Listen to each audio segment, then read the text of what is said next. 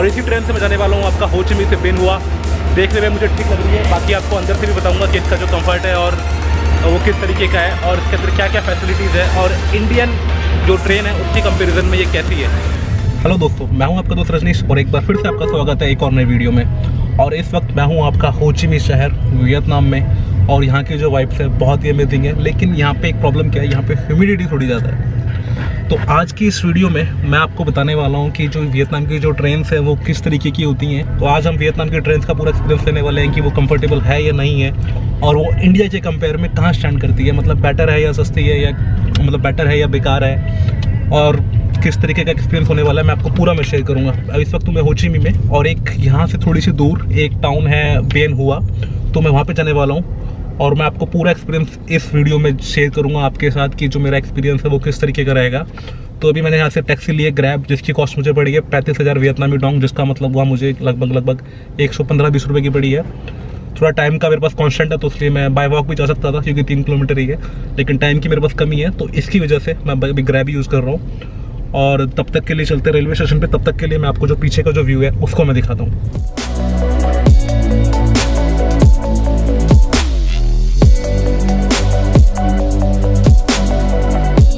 तो फाइनली मैं आ चुका हूँ आपका जो हो ची मिन्ह का जो रेलवे स्टेशन है उसके अंदर। सबसे पहले मैं लेता हूँ टिकट, क्योंकि थोड़ा सा मैं लेट हो चुका हूँ, और टिकट के बाद आपको व्यू दिखाता हूँ जो रेलवे स्टेशन है वो किस तरीके का है, और उसके बाद हम चलेंगे सीधा ट्रेन के अंदर। हो ची मिन्ह टू बिन हुआ 2 टिकट्स दिस वन। तो इनको इंग्लिश नहीं आती है तो मुझे ट्रांसलेट करके ही काम चलाना पड़ रहा है, और देखता हूँ अभी कितने की टिकट पड़ती है मेरे को हो ची मिन्ह से लेकर बिन हुआ तक की। Thank you. Over there.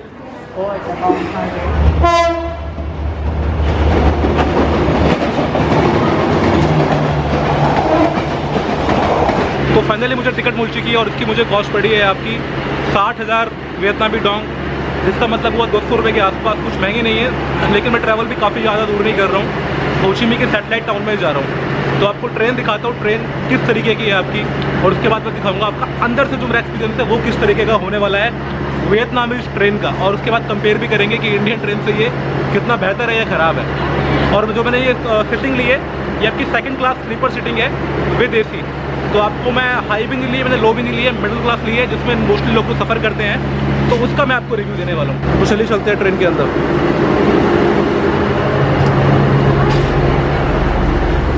तो कुछ इस तरीके का फर्स्ट इंप्रेशन है, आप देख सकते हैं।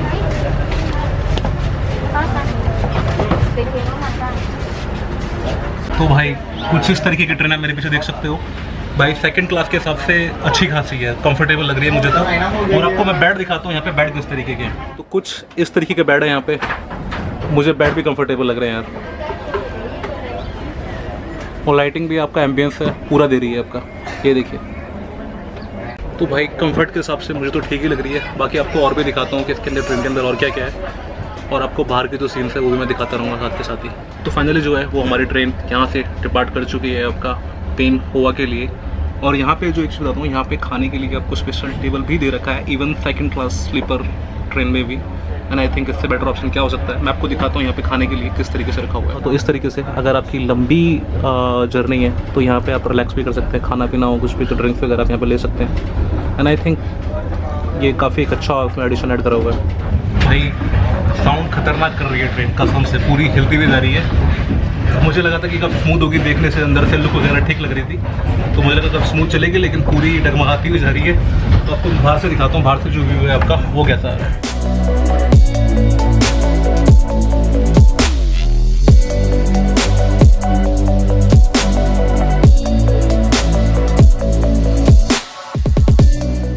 लेकिन यहाँ पे जो सीट्स है आपकी वो तो कंफर्टेबल है, और आई थिंक बैठने का भी है।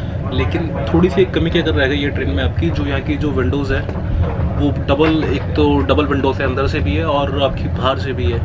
और उसके अंदर है ना काफ़ी सारा फॉग सा मतलब जमा हुआ पड़ा है, वो गंदी हुई पड़ी है। तो आपको बाहर का जो व्यू मैं लेने की कोशिश कर रहा हूँ, लेकिन उतना क्लियर नहीं आ पा रहा है। तो ये चीज़ थोड़ा सा माइनस पॉइंट है। लेकिन बाकी अंदर से आप वैसे कंफर्ट अच्छा खासा दे रखा है इसके अंदर, मतलब कुछ दिक्कत नहीं है आपकी कंफर्ट के कंफर्ट वाइज। तो अभी आपको और भी मैं रिव्यू दूंगा कि मतलब का वॉशरूम कैसा है और क्या स्पीड जा रही है इसकी, तो ये सब भी आपको मैं रिव्यू देता हुआ चलूँगा।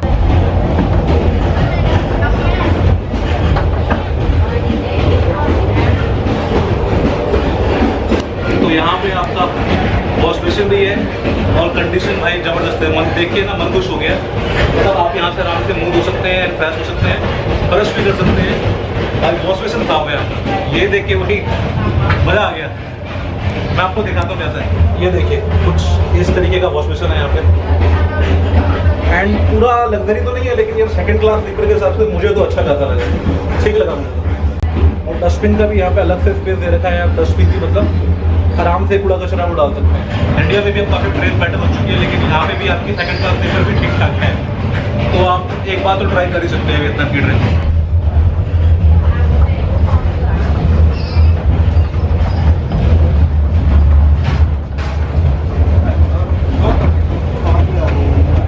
इस तरीके का यहाँ पे, और पानी पीने के लिए भी आपका यहाँ पे दे रखा है। अभी आ चुका हूँ यहाँ के जो वॉशरूम है, ये भी ठीक ठाक है आपका। भाई एक बात है, यहाँ पे सब कुछ वर्किंग कंडीशन में कुछ खराब नहीं मिला मुझे अब तक पूरी ट्रेन के अंदर। और इसकी जो प्राइसिंग है आपकी, वो आपकी जो बस है उससे थोड़ी सी ज़्यादा है। अगर बस आपको एग्जांपल 1500 में लेके जा रही है तो ट्रेन आपको 1700 या 1800 में लेके चली जाएगी। लेकिन यहाँ पे कंफर्ट आपका पूरा है, आराम से सो सकते हैं, चार्ज कर सकते हैं, रीडिंग लाइट्स है आपके पास। और ट्रेन तो फिर ट्रेन ही होती है, और बस में फिर वो उतना कंफर्टेबल हो ही नहीं पाता है ट्रेन जितना। और यहाँ पे अच्छी बात क्या है कि हर बेड पे आपको पर्सनल रीडिंग लाइट्स भी मिलती हैं। आई थिंक ये एक अच्छा ऑप्शन है, अपनी ट्रेन में भी ऐड किया जा सकता है, मुझे अच्छा लगा। एंड चार्जिंग पॉइंट भी आपका यहाँ पे अवेलेबल है। आई थिंक ये प्लस पॉइंट है। साथ में एक पिलो आपको रेलवे की तरफ से ही मिलती है, यहाँ पे वियतनामी रेलवेज है, तो आई थिंक ये अच्छा है। आपको बेड शीट भी मिल रही है, पिलो भी मिल रही है। और इस ट्रेन में सबसे बड़ी खास बात क्या है कि आपका सामान जो है वो उतना अलाउड नहीं है। आपके साथ जो पैकेज होता है सिर्फ एक ही अलाउड है, अगर बाकी ज़्यादा लगेज है तो आपको वो अलग से भेजना पड़ेगा। एंड आई थिंक ये अच्छी चीज़ भी है, क्योंकि इससे क्या होता है, एक तो कंफर्ट लेवल आपका मच हायर हो जाता है, और दूसरा इसमें क्या चोरी वगैरह का खतरा आपको काफ़ी कम हो जाता है। आपके पास सामान कम होगा और आपको देख रेख भी लिमिटेड सामान की रखनी पड़ेगी। क्योंकि बाकी जगहों पे क्या होता है कि ऐसे अपने इंडिया में क्या होता है कि बहुत सारा सामान रहता है और आपको बहुत सारा जो उसको देख रेख करना पड़ता है कि किस तरीके से मैनेज करना है, क्या करना है। यहाँ पे वो चीज़ नहीं है आपकी। यहाँ पे आप लिमिटेड सामान लेके जाओगे, उसके देख रेख भी अच्छे से कर सकते हो, चोरी वोरी का डर भी नहीं है, और आपको स्पेस अच्छा खासा मिल जाता है कि आपका अगर वो सोने का है तो वो आपका जो बर्थ है वो सोने के लिए ही यूज़ होता है। और बाकी सेकंड क्लास एसी में भी यहाँ पे कंपार्टमेंट ठीक ठाक दे रखे हैं, क्लीननेस अच्छी है आपकी। तो अभी मैं देखूँगा कि मैं वियतनाम तक पूरा जाऊँगा या फिर उससे पहले ही रिटर्न ले जाऊँगा, बस से आऊँगा या ट्रेन से जैसे भी आऊँगा, क्योंकि मेरे को रात को थोड़ी शॉपिंग भी करनी है, तो उसका टाइम भी मुझे मैनेज करना पड़ेगा। एंड आई होप आपको जो ये ट्रेन का जो वीडियो ये पसंद आ रहा होगा। अगर पसंद आ रहा है तो लाइक करते रहो। और ये हमारे साथ ट्रैवल कर रहे हैं। What is your name? My name is Tân. You are from local from कोचिनी और where from? No, I'm from Bình Dương. Yes, where from where? from Bình Dương. It's northern side or southern side? Yes, I just heard more ship go to Saigon. It's nice to meet you. Yes. Welcome to India. Yes. तो भाई कम से कम 20 से 25 minute halt हो गया बिना मतलब ही रास्ते में। तो भाई थोड़ा सा ये चीज़ कमी है, बाकी मोटा माटी तो ठीक ही है। अब जाके ट्रेन चली है, थोड़ी सी दिक्कत तो है यहाँ पे भी, टाइम पे नहीं है, टाइम की दिक्कत है यहाँ पे।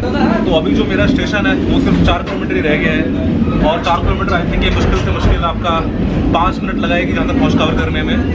और उसके बाद मैं आपको बताऊंगा कि आप जो ये टिकट्स हैं वो किस तरीके से बुक कर सकते हैं, आपको मैं पूरी डिटेल बताऊंगा ट्रेन से उतरने के बाद। तो यहाँ पे फूड सर्विस भी होती है, जैसे अपने इंडिया में होती है वैसी ही सर्विस यहाँ पे भी अवेलेबल है। अपने खाने पीने का सामान यहाँ पे भी ले सकते हैं। तो फाइनली मैं आ चुका हूँ अपने डेस्टिनेशन बेन हुआ पे, और अभी चलते हैं ट्रेन से बाहर और आपको दिखाता हूँ बाहर से ट्रेन का जो व्यू है वो किस तरीके का है। तो फाइनली मैं उतर चुका हूँ अपने रेलवे स्टेशन पे, और कुछ इस तरीके का व्यू है यहाँ पे जो प्लेटफॉर्म का है, और ट्रेन की किस तरीके की दिखती है। तो भाई मुझे ठीक ठाक लगी ट्रेन, मतलब लग्जरी तो नहीं है यहाँ पे, ट्रेन बेसिक ही है, लेकिन कंफर्ट ठीक ठाक दे रखा है आपका। बस थोड़ी सी कमी क्या लगी, जो हॉल्ट था ना वो हॉल्ट थोड़ा लंबा खिंच गया था, क्योंकि मेरा मुश्किल से 50 किलोमीटर मैंने ट्रैवल करा है, और 50 किलोमीटर में भी 20 मिनट का हॉल्ट हो तो फिर वो मज़ा नहीं आता है। तो थोड़ी सी सर्विस ही इम्प्रूव कर सकते हैं। बाकी मुझे जो ट्रेन लगी वो ठीक ठाक ही लगी। और अगर आपके मन में कोई भी क्वेश्चन हो तो आप मुझे इंस्टाग्राम पे मैसेज कर सकते हैं, मैं आपको डेफिनेटली कोशिश करूँगा कि आपको मैं हर क्वेश्चन का रिप्लाई करूँ। और अगर आपको प्रोफाइल अच्छी लगे तो आप उसको फॉलो भी कर सकते हैं। और जो प्लेटफॉर्म है वो कुछ इस तरीके का है, आप देख सकते हैं। साफ़ सफाई भी ठीक ठाक है, एवरेज है। तो भाई अभी मैं आ चुका हूँ आपका जो बेन हुआ जो प्लेटफॉर्म था उससे बाहर, और कुछ इस तरीके का व्यू है आपका जो स्टेशन है वहाँ से बाहर का। छोटी मोटी खाने वाने की चीज़ें यहाँ पे, आप देख सकते हैं। चलिए चलते हैं बाहर बेनोवा शहर की तरफ। तो भाई बेनोवा आ चुका हूँ और यहाँ पे हमें काफ़ी भूख लगी थी और यहाँ पे मैंने भी ब्रेड लगवाई है एक्स के साथ और इसकी कॉस्ट पड़ी है मुझे लगभग 20,000 वियतनामी डोंग, जिसका मतलब हुआ आपका करीब 60-70 रुपये का मुझे पड़ा है। उसके अंदर 2 अंडे होंगे और ब्रेड होगा, बाकी मीट वगैरह था। तो यहाँ पे मीट का कुछ समझ में नहीं आ रहा था कि वो कौन सा मीट है, तो मैंने मीट तो मना ही कर दिया, सिर्फ मैं एक्स के साथ ही ले रहा हूँ। और ये मैंने पहले भी कई बार खा चुका हूँ मैं आपका हनोई में भी और हो ची मिन्ह में भी। तो आई थिंक ये बेस्ट ऑप्शन है यहाँ पे। ये बान ही ये ब्रेड के साथ सैंडविच टाइप का कुछ होता है। तो कुछ इस तरीके का आपका व्यू है बेन हुआ का।